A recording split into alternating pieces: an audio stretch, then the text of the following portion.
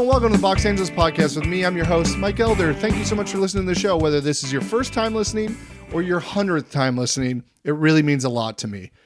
What would also mean a lot to me is if you subscribe to my YouTube channel, where this episode can be found in its full video length.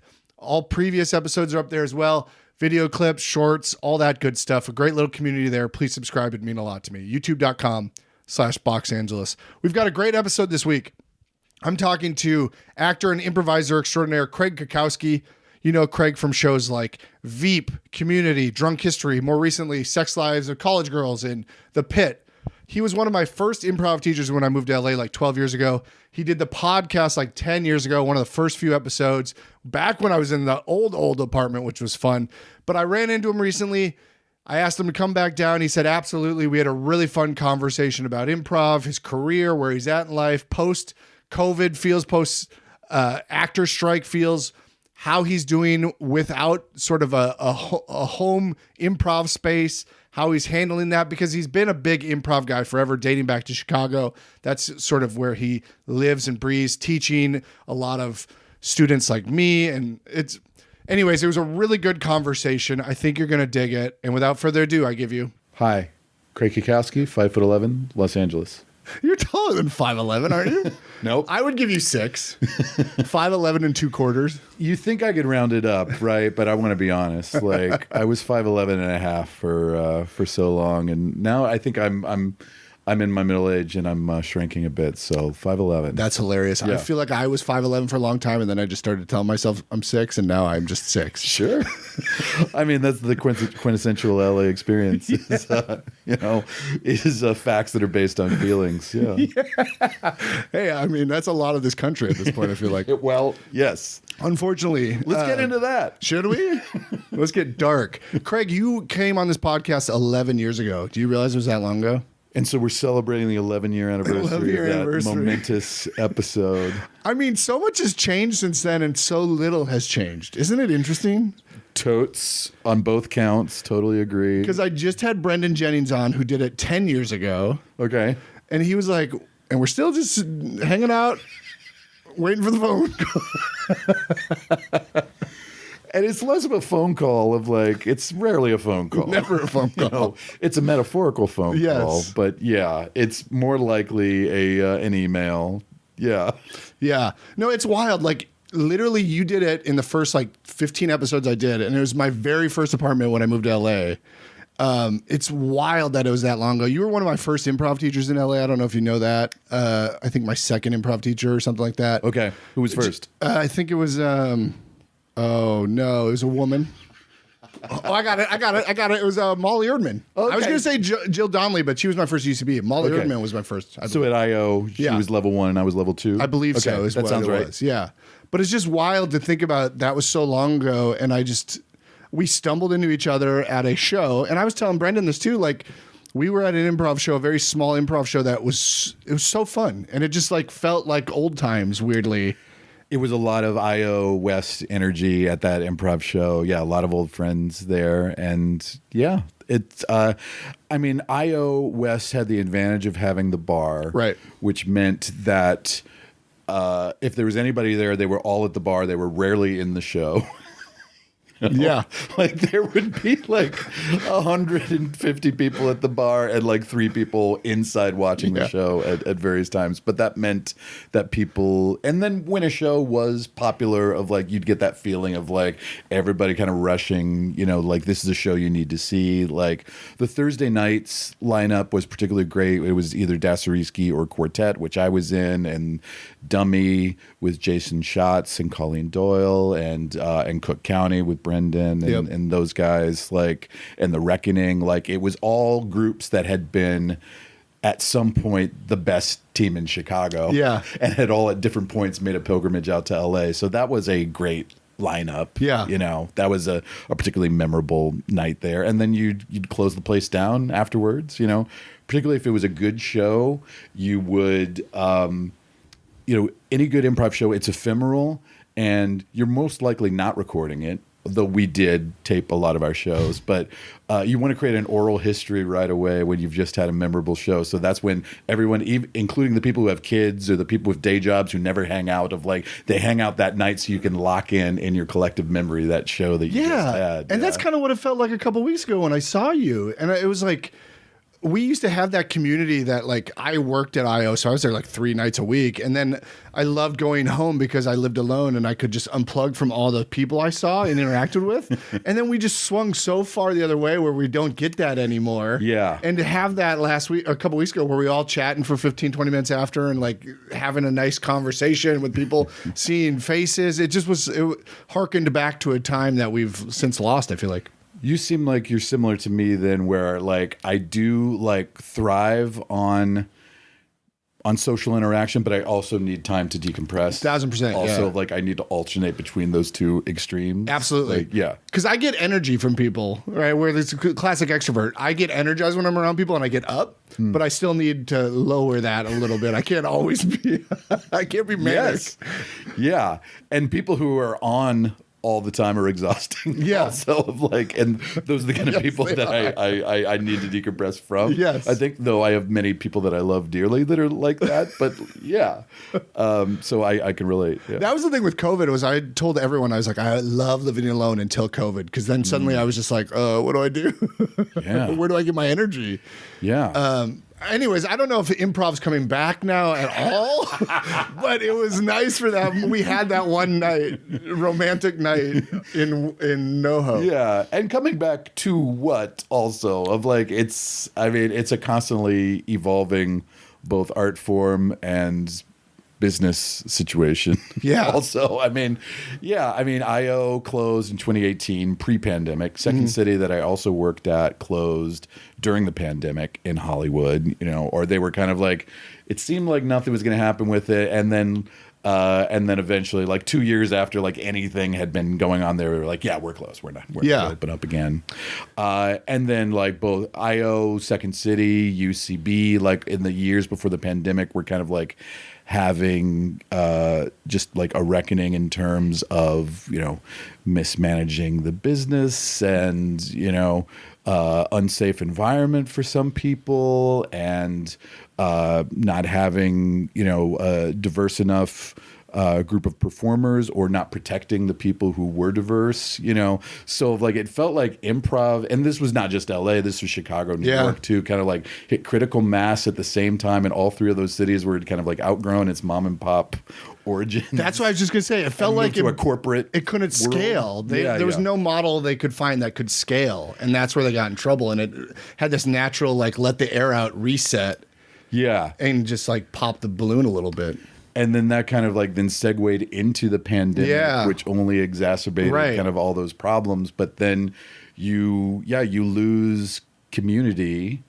And improv is just like the most, stand-ups can just like be in their own little world and like, only like see people for the 10 minutes of their set, if they want. But improv is all based on finding inspiration and joy in being in a room with other people, your fellow performers and the audience. Right. You establish a relationship with them too. So yeah, I think it was particularly hard on the art form artistically and business wise. Yeah. Well, how are you doing? Like, because you are so entrenched in that world. Everybody, you're like, you and Will Hines are the same person to me. Like, you guys are just entrenched in that world. Everyone had you as a teacher at some point. Everyone respects, adores, and loves you. Like, how do you handle something like that, where there is that reckoning, and you're like, you I think have survived largely off of teaching improv for so long. You're going to teach an improv class after this. Yep. How are you doing with all of this? Can we make this the whole podcast, please? Because I'm like, I've got probably an hour's worth to say about it. But yeah, it's interesting you bring up Will because, for years of like, we were basically the same guy at UCB and IO respectively, though we didn't know each other that well. Our paths, didn't cross, we didn't ever play together or anything, but we just kind of knew who each other were. And at one point, like we ran into each other at an audition. We were up for the same thing, of course, at 200 South La Brea, I think. Like, where else would it be? Probably Ross Lacey. I love Ross. And Get me in, Ross. Come on. and I remember Will coming up to me and was like, "Hey, you know me, and I know you." Were like, "We should have lunch." And we did, and so like we kind of had like a nice friendship for a while. He started pushing me to get a book out, which I still have not done. It's very much on the back burner.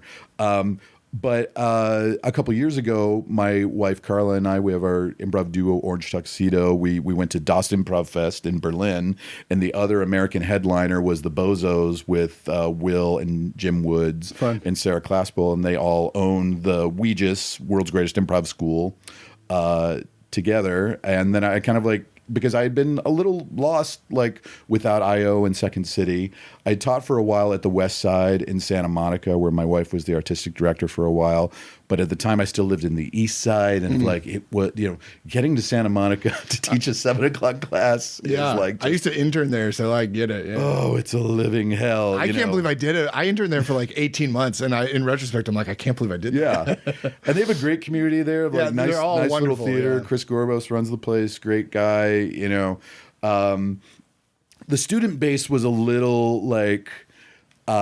It was more normies than it not. was professionals, yeah, just like improv. I'll try this. Yeah, West Siders who've kind of stumbled into it. So you 1000%. find some fantastic people there, but it's not necessarily that I want all of my class to be people who've like I want improv to be my thing, and I want to be a professional actor, But I am, having done it in LA for about 20 years, I am used to that vibe a little more. Yeah. So it's just a different teaching style you have to do to kind of communicate to the normies, Yeah. So West Side was a nice place to teach for a bit, but then when the pandemic happened, did some stuff over Zoom for a while.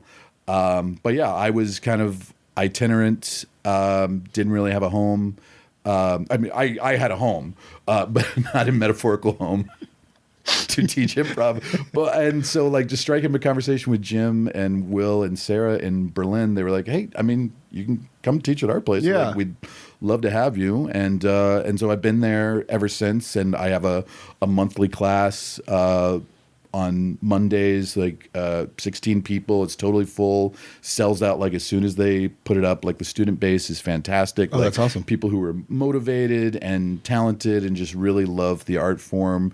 They're doing it for love of the game, but also they're people who take comedy seriously, and most of them have acting and writing aspirations, of course. Yeah. So it's fair to say for a little while there, you were lost a little puppy, maybe a little bit. Yeah. Is what I took out of that secretly. IO 2018 that was a huge blow. Yeah. I wasn't shocked once I found out that it was closing. I'm like, okay, that makes sense we've been heading in that direction, but still I was teaching 2, I think, level 5s at the time, or maybe level 4, so they were a couple levels from graduating. Yeah. And I taught my Monday class, got the news on Tuesday that it was closing down, and we just, I don't know if you remember from my class, the last week we would usually everyone would get up, I'd talk to each person individually. Yeah, I love that actually. Yeah. What are Mike's... You told me, I was like, yeah. What are Mike's strengths? What did I say about you? I don't remember. I was going to guess. I feel like you told me you are a ball of energy, but we got to figure out how to harness it or something like that is what I'm thinking. Yeah. So, every improviser is a mutant. It's the old Professor X analogy of I'm not giving you mutant powers that you don't already possess. It's just finding and training and honing your powers. That. I forgot about that. Cyclops has that eye shield that prevents him from shooting his eye lasers at everyone. But that's what young improvisers are like. They're just killing people with their eye lasers constantly. So you have to kind of train, and everyone's different. Their mutant power is different. So you get compliments for everyone, and then things they can work on, and then a personalized exercise for them. So just left that Monday on top of the world. I structure the class specifically to send people out on that note, and then got the news on Tuesday that it was closing, and then Wednesday came in to teach the other class, and I cried breaking the news to them of they had not heard it yet. It was really tough, and then we had to do that same class, which still worked great, but everyone's like, we can't finish. Like, there's, Yeah. like, what do we do? So that really hurt. And then, so I did some stuff at Second City for a while and West Side. And then pandemic, we drove cross country both in 2020 and 2021 to spend like multiple months in North Carolina, where my parents live. Well, that helps. So like in 2020, that they had a house on the lake that is their retirement house that they had not moved into yet. So me and Carla and 2 dogs had that for about 4 months by ourselves. That's and great. it was a great place to be, And in the back of my mind, I'm like, well.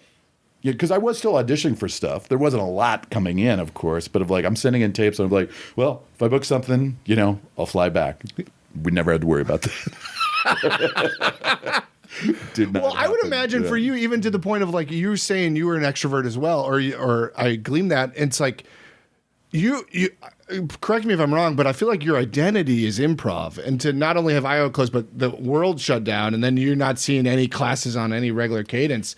Has to be just a complete. I mean, we're all going through it. You're not just a special person. You are special, but you know what I mean. Like that just feels like it would really kick you in the balls to it. It used to be sunset, then closes, and then it feels like the world is like It kicked me in the balls. That's a good way to put it. Yeah, I mean, you're not wrong that it's my identity. Of like, I think of it as like that's my life's work. Yeah, like I have this art form that I'm trained in, that I'm proficient in. I'm always trying to get better at it myself. I have knowledge that I can impart to other people. People seek me out. I love collaborating with people and seeing people grow. Like, so.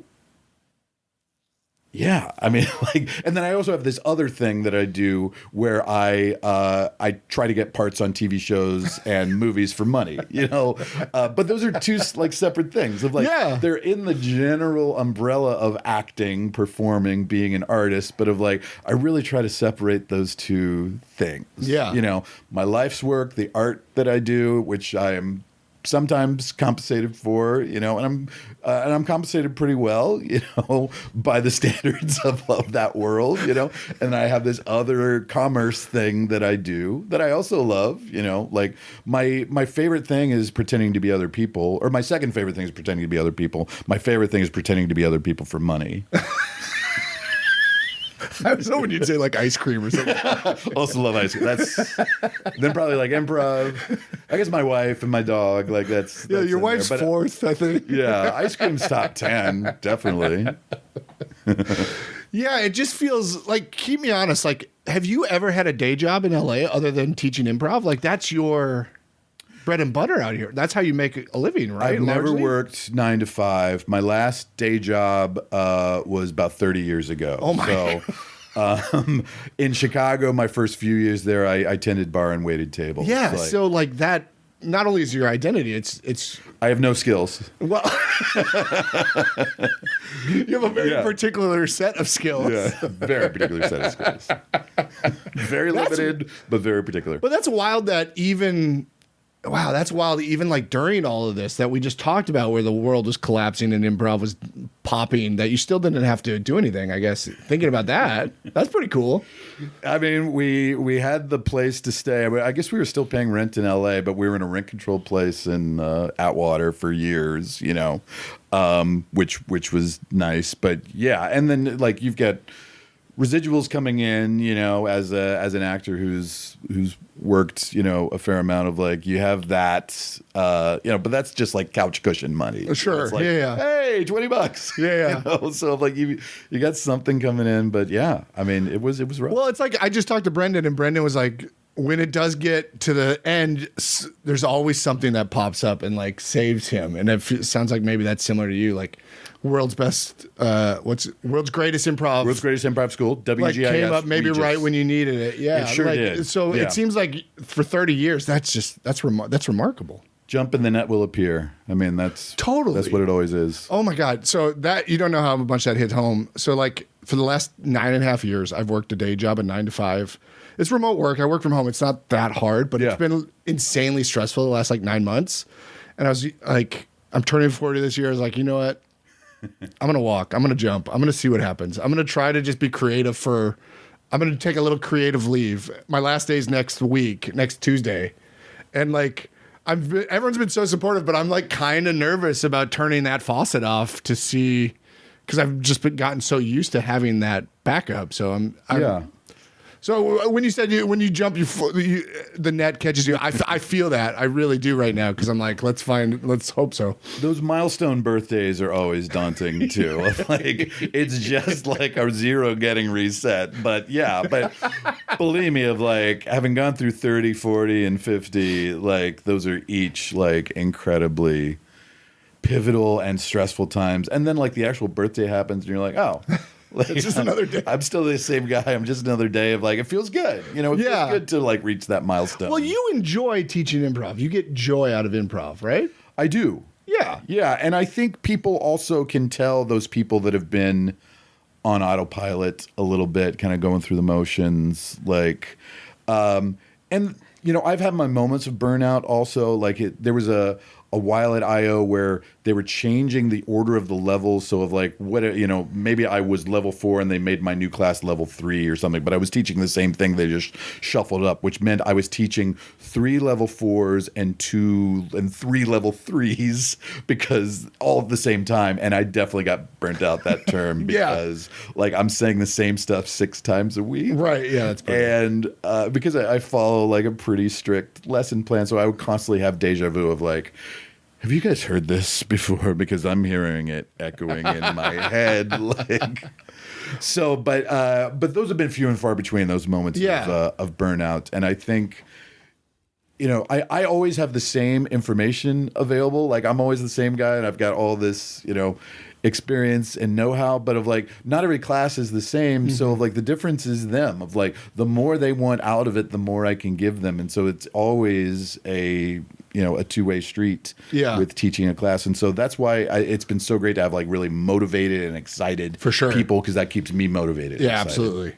Yeah. See, that's where I'm at with my job. It's like I'm so burnt out, and I'm like, I don't want to die feeling this way. No. I want to try to do something that brings me joy. Even if I was like, I've hypothesized what I can do, and I'm like, I would love to just go do background work for a month. Like that sounds great to me, to be around that world or whatever. Yeah. It just feels like something that I'm not just going to bed anxious and waking up stressed, because it just sucks the life out of you. So if you can find something like improv where it brings you joy, great.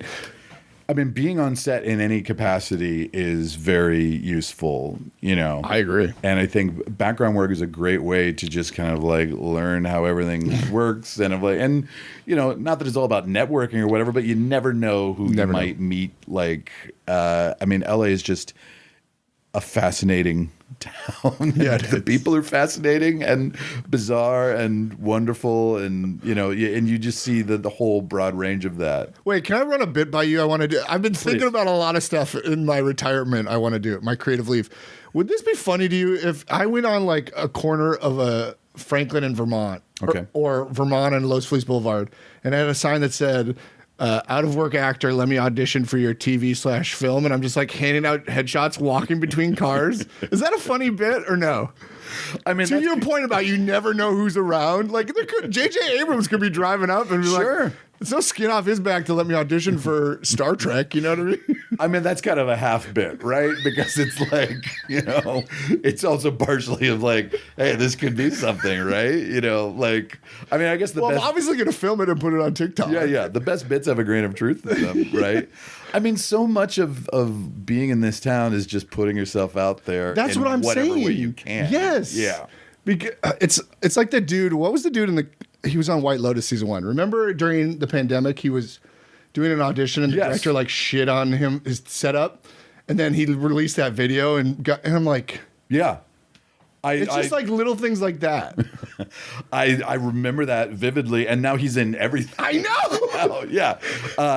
And he's also great. Like, I wish I knew his name off the top of my head, but I see that guy in a lot of stuff. And like, they were making fun of his shitty apartment. He's like, give me a job. I won't have a shitty apartment anymore. Like, now I'm remembering the notes you gave me. You're like, Mike, you have all half bits and you need to work harder. I think that's funny. Everyone I've ran that by thinks it's funny, but one friend was like, it sounds desperate and you'll look bad. And I'm like, I don't think that's actors can't get more desperate. I mean, if you're also like live streaming it or just like taping it to put like out there of like, then you're in on the bit. Yeah, and you're self-aware having fun with enough. it. Be self-aware with it. Yeah. Can I ask you something? So if you were to like get a series regular role right now, back to the joy of improv, would you quit teaching improv? Or would you keep doing it to a degree while you were working? However I could, yeah. Yeah. And when I have like when I was in Chicago doing Second City like 6 nights a week, like the main stage you would work Tuesday through Sunday. 8 shows, 2 shows Friday, 2 shows Saturday. You'd be rehearsing during the day when you were writing a show. You'd have 5 improv sets a week. I would go do the show at IO on the Mondays, which is my day off, the Armando show, and then I would teach on Sundays before like going. So like even then, like, I thought you would. it was just part of my weekly Yeah. routine. And then even when I was doing Drunk History, like I would have to. I couldn't teach like weekdays at 7. You know, I think I would have a weekend class. Yeah. On those Drunk History months, you know, because you would always be held up in like Santa Clarita at like 6 o'clock, and it was like, there's no way I'm getting at 7. I'm like, I tried it for a bit, but yeah, I always try to keep one class going if I can, even if I'm working pretty steadily. I love that because I think a lot of people would be like, no, I've graduated, but I to me, you strike me as the guy that just loves. That's you love doing it. Yeah. And so that's really cool to hear you say that.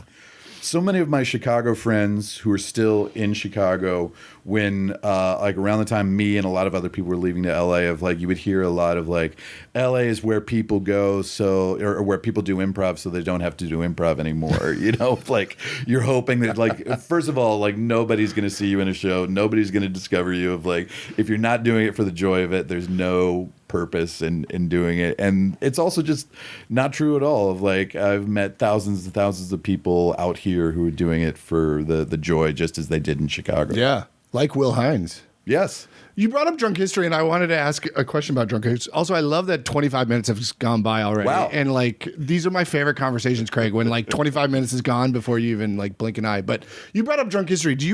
I'm sure you know this. You were on 70 episodes of Drunk History. That sounds right. Which is like second or third to Derek Waters, who did all 72 or whatever. Yeah. But how did he get so many? feel free to say as much as you want to say about this, but this was over 6 years, right? Like, were you were technically a series regular on that, or were you a recurrent? What was technically your title? And my question, this is going to be about money. Was that like juicy by the end? Were you doing okay on that? Or was because it was cable, it was like, It was Comedy Central. I would not describe it as juicy. Okay. It was not juicy in any way. it was a dried fruit. Though, like, yeah, there was a raise every year. And, like, by the last year, it was pretty good, I would say. But, and I don't know. I don't think I was ever billed as a series regular. Where like technically me and all the other people who were in every episode were considered ensemble, but I don't even know. Oh, interesting. If that's a SAG category. So you were doing know? 12 a year. When you got it, you knew it was going to be like you were going to be in every episode, or was it one of those things where you're like, we'll put you in as much as we can? No, that's what we were hired for. Okay. And that first season, like, it was so low budget, and like we did a lot of like glorified background stuff because it was they needed warm bodies up there. So I think there was always about 8 people in the ensemble, and I think it was 8 episodes the first season. And so like I would probably play like even within one story, like change costumes like 3 times a day to like just be a soldier in the background and stuff like that. So it was long days, you know. By the end, like we would only have like the speaking part that and if there wasn't anything for us, we didn't have to show up that day and stuff like that. But I remember like going back for the last season that we did Drunk History. I think, we had like a crew of like 120 a day. Oh, shit. Like wow. big, it was a big production. Well, if you get into 6-7 seasons, I hope so. And we're doing more and more like epic stories, and like we have great cinematographers. Like the costume team was fantastic. Like just everybody who worked on that, like got the maximum value out of what Comedy Central could pay for it. It really looked great. And then I went back to do the Veep finale the same week that I was shooting the Drunk History, season 6, and just being on set for like 2 hours on an HBO show, you're like, oh yeah, this is real money. Like, you can tell just from craft service, like craft service just tells you right away of like, okay, yeah, lobster claws, sure. Yeah, they got the Erewhon desserts. Yeah, or whatever. Absolutely. Like I was proud of where Drunk History had gone to in 6 seasons, but of like still like you could see it lagging behind other things. So, okay, I want to ask a little bit more about this. So, like, the last season, Drunk History is like probably 10 episodes. How long is that? Like 2 months, maybe you're shooting? 2.5? If one episode would typically be 3 stories, right. We did occasionally, there would be longer stories, or there was like the Hamilton episode that was just Lin-Manuel telling the whole Hamilton versus Burr thing. So we did that a full half hour of just that. But typically 3 different drunks, 3 different stories. And then each story is a day of shooting. So wow. if we had, 12 episodes, 36 stories, that would be about 36 days of shooting. So what is that? About 7 weeks. But then we would have weeks off. So then when you are up for that season, obviously it's a yes, but like, are you privy to your agent negotiating anything there? And is it a lump sum payment then, or is it still like a weekly rate or whatever? I feel like it changed. That was like 7 questions. Sorry. Yeah. It would be a weekly. No, it would be a per episode. You get paid per episode. So it would be, and which would be like 3 days of work per episode. Got it. Yeah. And are you privy to is your agent giving you any feedback about the negotiation, or is he? I don't think there was much negotiation for Drunk History, because we like it was favored nations. We were all the same. Oh, okay. Yeah. Like. So I think, and I'm never the person who like is gonna push for more. So I think funny. We had a couple guys dropped out after season 1 because they didn't like the money, and then I think there was some squeaky wheel stuff like from some of my fellow castmates after like season 3, and then we all got like a nice bump after that. But of like, I'm never the person to initiate that. Of like, I'm just happy to be working. What's your number one favorite thing? To do stuff paid. Do funny stuff getting paid. But it doesn't have to be that much. Anything more than 0 is good. I just asked because I'm nowhere near that. And like, literally, this is true story. So like, I did a Ring non-union commercial like a year and a half ago or something, right? And Ring's $1 billion company, and the buyout was like $1,000. It was so infuriating, and the fucking YouTube video of it has 10 million views, and they're like, they want to use it for 6 more months. We'll pay you $400. And I told my agent, I'm literally like, I don't need $400. You don't need 10% of that. Let's just ask for 10 grand and see what they say. Agent didn't do it, but we ended up getting like 10, 1,200, That's great. Or like 1,000 or like 1,200. But it's like, I wonder how many people just turn over, and I'm like, at that level, how much can you negotiate? Like, how much buying power do you have? I don't know. For non-union, like, it's insulting. It's so like, frustrating. Yeah. My first VO gig in Chicago was for the Navy Pier IMAX theater with like 3D like glasses. Like, I did the announcement to tell people how they could put on their 3D glasses of like, please take out your glasses. Take a look at the screen. Does it appear in 3D? And $300. That was it. I got paid $300 for That's not bad for 15 years ago. Well, this was, I don't know, 30 years ago. Even better. What's depressing about that, though, is Christian Bale does that now at scale, probably. Yeah. But they played it, 20 times a day for like years and years. Yeah. And I never saw another dollar from it. That's wild. So like, that's weird when you have stuff that that's just like out there. At least like Drunk History, the residuals are not a lot, but of like when you did 70, of like, hey, if you get 70 $10 checks all at once, of like, that's not nothing. Oh, interesting. That's about what it is right now? They usually all just come in like one. Well, no, it's sometimes more than 10, but like, yeah. I mean, but there'll be times where like you get 70 $10 checks. That's amazing. Yeah. And there's literally 70 of them. They do it per episode. Yeah. That's infuriating. Yeah. Each episode is a different residual. Yeah. But that's kind of infuriating. Because you'd think they clump it into the show because those checks are costing all of us a lot of money to some degree. Well, this is all direct deposit, Mike. I'm not signing these checks individually. If that's what you're worried about, That's interesting. Like I like the idea of favorite. For those that don't know, favorite nations mean everyone gets paid the same. They agreed to that at the front, so then it helps group negotiate. Yes, that's really that's really interesting. I like that. Wow, that's wild. Did you, in retrospect, are you like, damn, I did 70 episodes of a TV show? That's like, that's like a large chunk. If you had asked me to guess, I wouldn't have said that high. I would say more like 50, I think. But like, and I might be thinking of like the ones that I actually appeared on, you know, because there would be some stories that were not right for me, you know. But, you know, we were always trying to tell stories of, like, just little-known people from history, you know, particularly, like, people of color and queer people, you know. So there was always a racist, sexist, or homophobic white guy, you know, which was me, you know.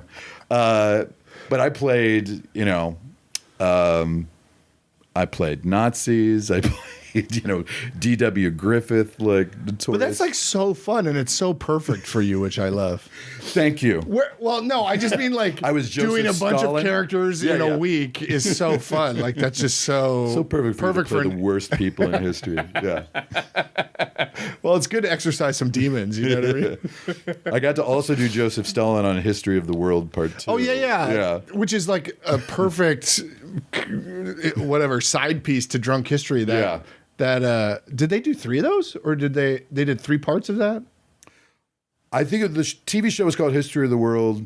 Oh, they did 1 and then they did the second one. Yeah. The Mel Brooks movie was part 1, right? Yeah. Okay. Yeah. And then in the credit, this came out in like 1981, and the credits is just like coming soon, History of the World Part 2, which never 30 years later. Yeah. When you look back, okay, so like thinking, pause. 70 episodes of that. You've been on a bunch of Veep. You've been on all these shows, these great shows, right? Community, like when you look back on your career at this stage, what is your vibe? How do you feel? I mean, I'm always thankful to get any work, you know. I'm thankful that people like continue to discover stuff that's out there, like just in the streaming world of like, you never know when people are going to find something. Like I had one of my close friends from high school, like texted me the other day, like, I saw you on Forever. And you remember what Forever was? It was like, it was a 1-season Amazon Prime show with Maya Rudolph and Fred Armisen. And I was in one episode that was like a spin-off episode with Jason Mitchell and Hong Chow that revolved around them. They were the leads for one episode, and that Fred and Maya weren't even in it. And so I just had a bit part in that. But of like, it's like 8 episodes, like nobody, the show had no cultural impact. You know, it was like a very well done show, but of like, it just didn't, you know, cross over. But just like to hear from an old friend of like, hey, I saw you, you know, like my niece texted me that she saw me on Workaholics where I'm naked. That's hilarious. Like she was watching it with her friends in college, and then she's like, I think that's my uncle. Like, so I think she was more like grossed out than impressed, but I'm like, yeah. So yeah, I mean, it's cool to have all this stuff out there that people keep discovering. Community is definitely something that has like such a strong fan base, you know. So I hope that movie gets done at some point. Like nobody's approached me about it. I would love to be in it, even if just for a day. You know, I imagine there'll be something for Officer Cackowski to do. I would hope so. Yeah, there's got to be at least one crime that gets committed at some point during the movie. But if you like, and this is going to get dark, I apologize. But if you like never worked again, would you be content with your career? Would you be, or do you feel like you still have a lot to give? I have a lot to give. Well, of course.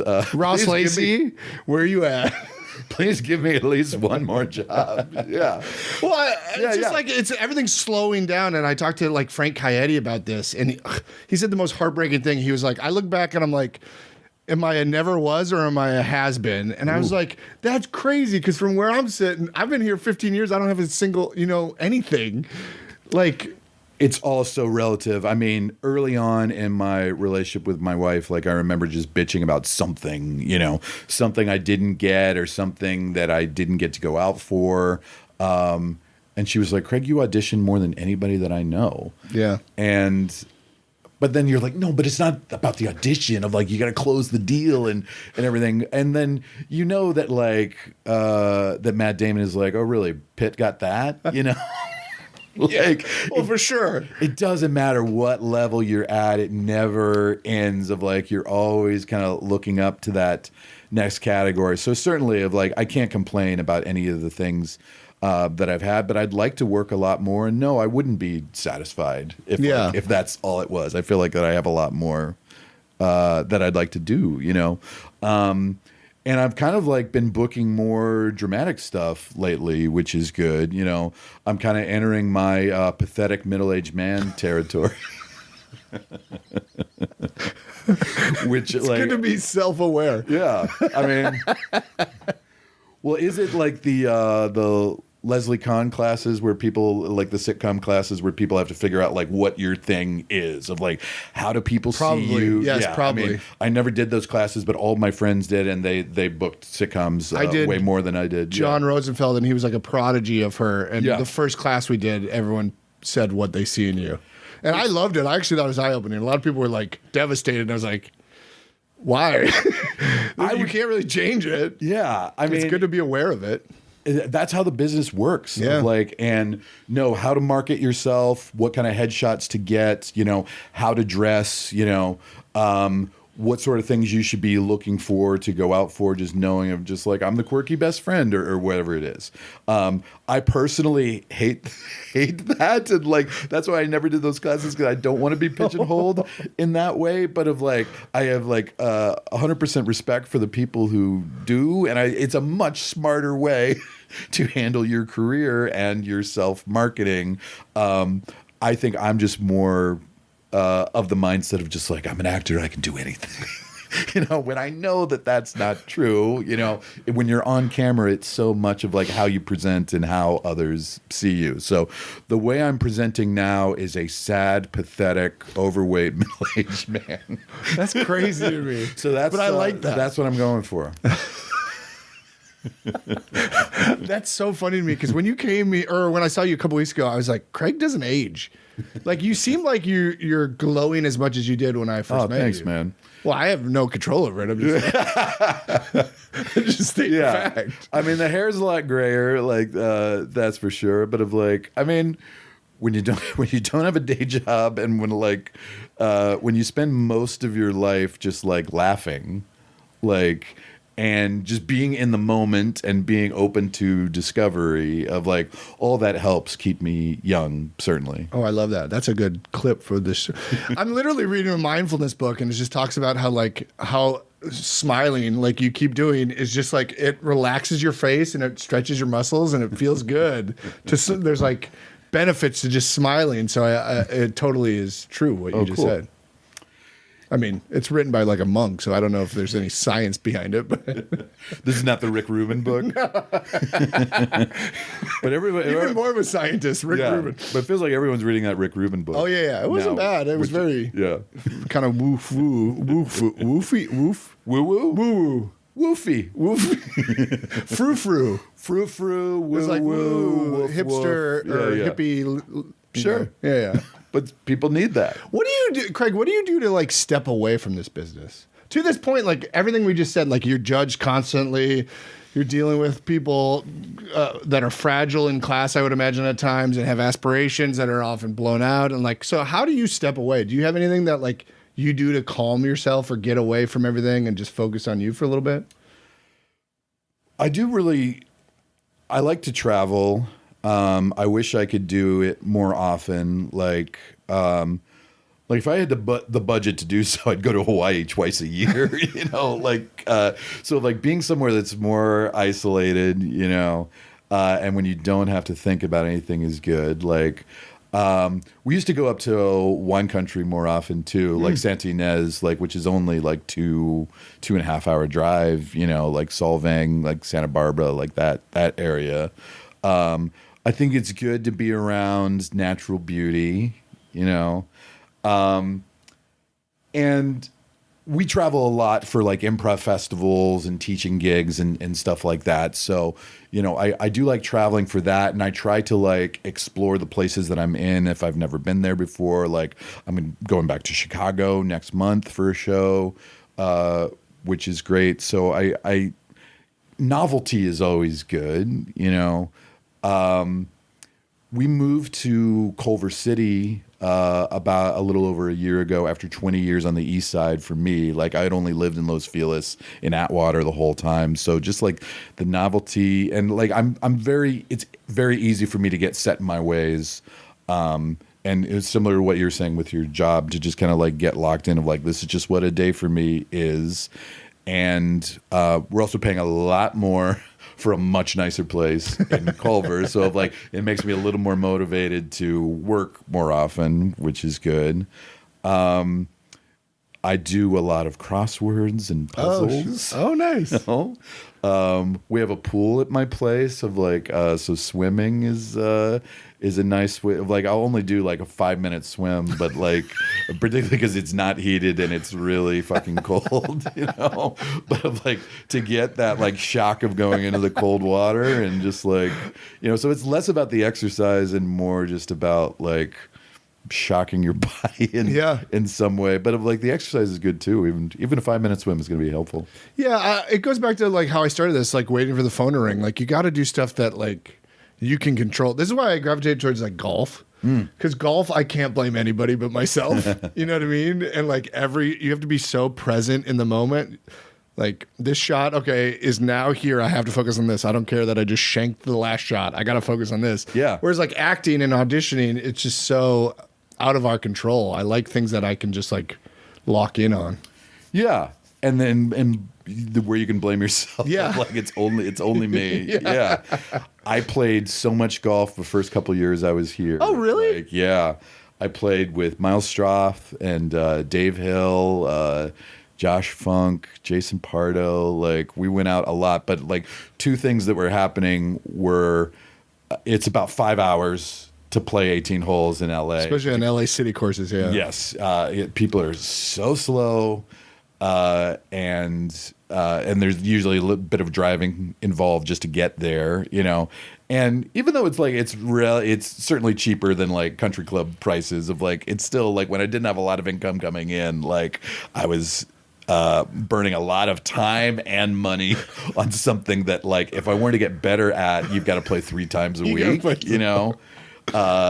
Twice a week you'll stay about the level that you're at, you know. But I was like barely breaking 100. You know? Like it's tough. I think like I don't think I've shot better in like 87. I think it was my that's best. great. It was like I think that's but that was like a miracle day. Same.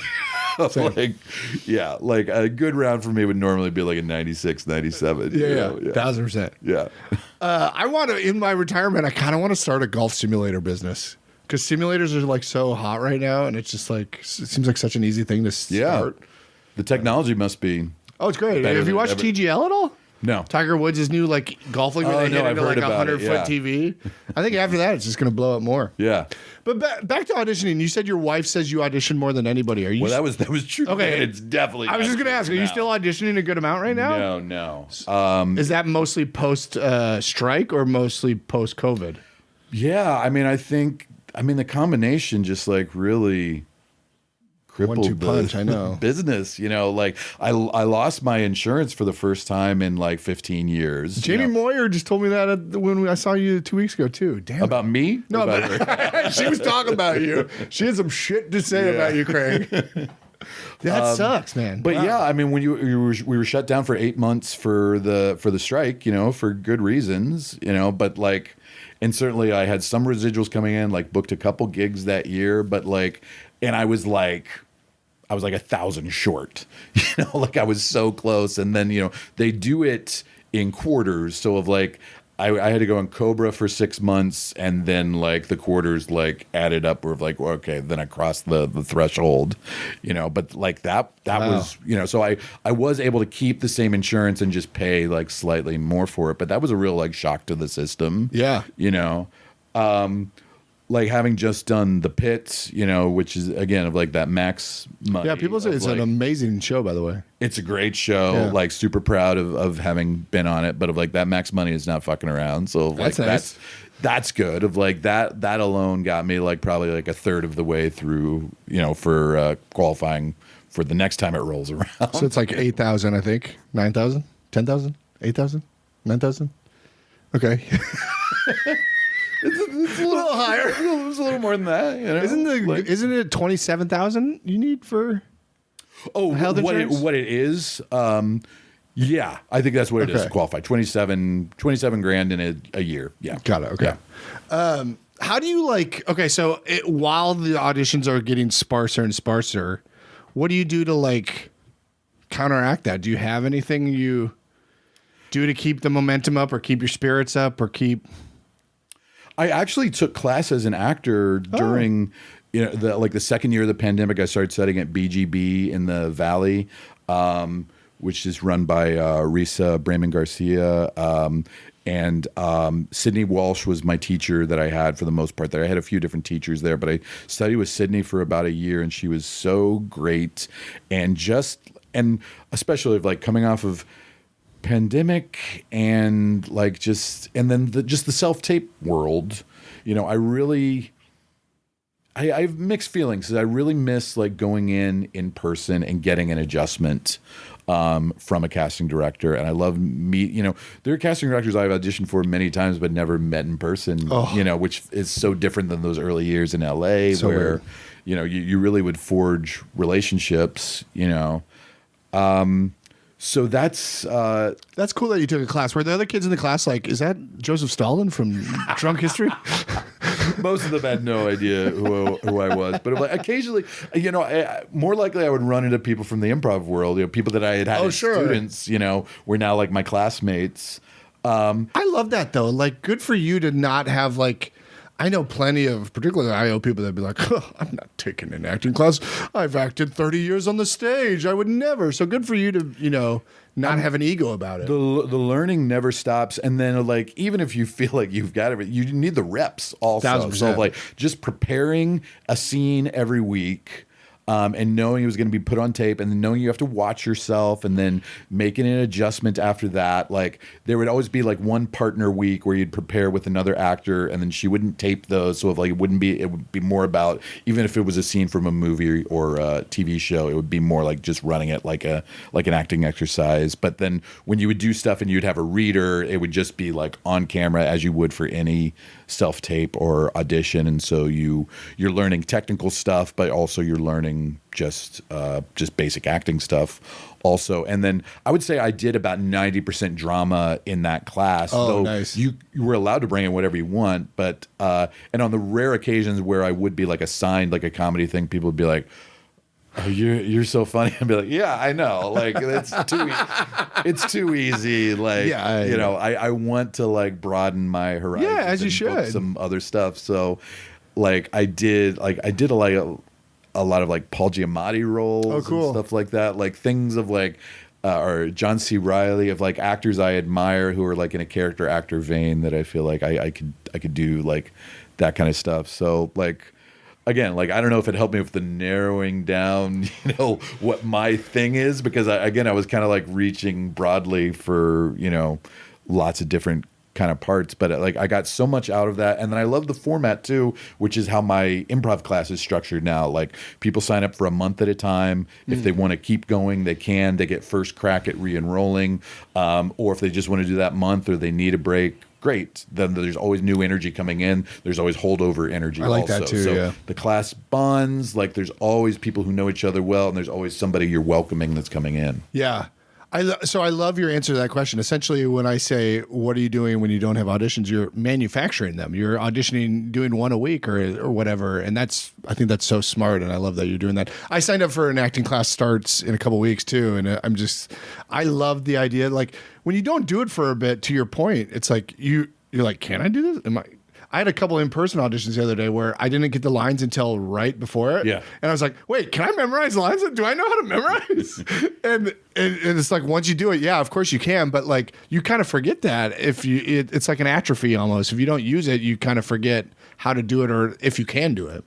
And even when they say like you don't have to be on book for this and or you don't have to be off book for this, like it is better to be off book, and to be, or at least to be just immaculately prepared. If you need it for the security, great, because there's probably like always one line where I'm going to freak out of like, do I know this right? And like you do have it if need be, but if like you've got to have it down cold anyway. So just like the skills of memorization and just knowing the scene inside and out, it reminds you not to half-ass those self-tapes, even if it's kind of last minute. Yeah.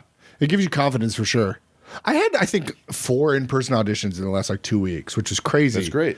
And I realize how much I hate boards. I hate the board. They're all commercial auditions. Yeah. And when they put the words on the board, I hate that so much. I gotta figure out how to conquer that because I memorize it, right? And then they're like, play to the board. And I'm like, I memorized. I don't need it. And then I find myself like reading it, but I don't need to read it. And that always messes me up. Yeah. I don't know. We're almost to an hour. The last question I have is, who took a chance on you? Who took a chance on me? Take a chance on me. You just had like a nice musicality. Change your mind. I'm the first in line. Woo! Honey, I'm still free. Take a chance on me. Are you gonna have to pay Abbott for that now? I didn't know you were a singer too. I mean she's a complicated person, but the first person that comes to mind is Sharna Halpern. Of like there's a lot of people who who can't stand her for good reason, probably. Of like, but I mean that really was the first person that I thought of, like, who was my first improv teacher in Chicago, and like put me on a team like 3 weeks into level 1, like. And this was a time where Chicago, like the scene was so small that like they needed warm bodies on stage like right away. But again, just like to get those reps in early. And to have, that was the beauty of Chicago, that I got so much stage time that I was not ready for. But you learn quickly, and I say to my students of like, these lessons are great in the classroom. It's all theoretical, but you really are only going to learn by making horrific mistakes in front of paying audiences. Like, they need to be paying audiences, not your friends, and they need to be complete strangers, and you need to fuck up royally. But then you'll never do that thing again. Of like, that'll be locked in. People make a lot of the same mistakes in class, but like in front of a crowd, like you will remember those moments. So like, I just had so many times in Chicago. And then Derek Waters, since you mentioned him, was really like somebody I knew from the improv world casually. Like we weren't close friends, but we certainly like had a friendly vibe, and that he thought of me for that show. Like an offer is always incredible to get. Like there was no audition for, like, how would you even audition people to do that? Like he just wanted people in that he could trust and that were versatile. And so like that certainly was like my longest running on camera gig, and that was entirely due to Derek just reaching out to people he knew and trusted. Yeah. That's the benefit of being a teacher like that, I think, because people just trust you. Like Will Hines, I interviewed him again like a year ago, and he was like, most of the TV work I get is through old students, like that are now writers and are like, Will is great. Absolutely. Yeah, so that's really cool. Yeah, I mean, the amount of things that I've gotten just completely cold through like sending off a tape, like it does happen occasionally, but there's usually some sort, it's relationships, whether it's the director, the casting director, or a writer on the show or an actor on the show, like it's almost always been some sort of existing relationship. Yeah. Have you ever got anything by standing on a street corner and handing out headshots between cars? There's only one way to find out. I'm going to have a lot of time on my hands here very soon. Do that half bit. I love half bits. That was my nickname in college. Craig, this was delightful. It was so good to see you again. So fun. This flew by. It really did. And truthfully, I wasn't joking when I looked up and saw 25 minutes. I was like, these are my favorite combos. I haven't seen you in decades, but it's like... Decade, I say. Decade, but it's great, man. You have to tail slate at the end here. Craig Cackowski. 6 feet tall. Thank you. MTV and the Channel E.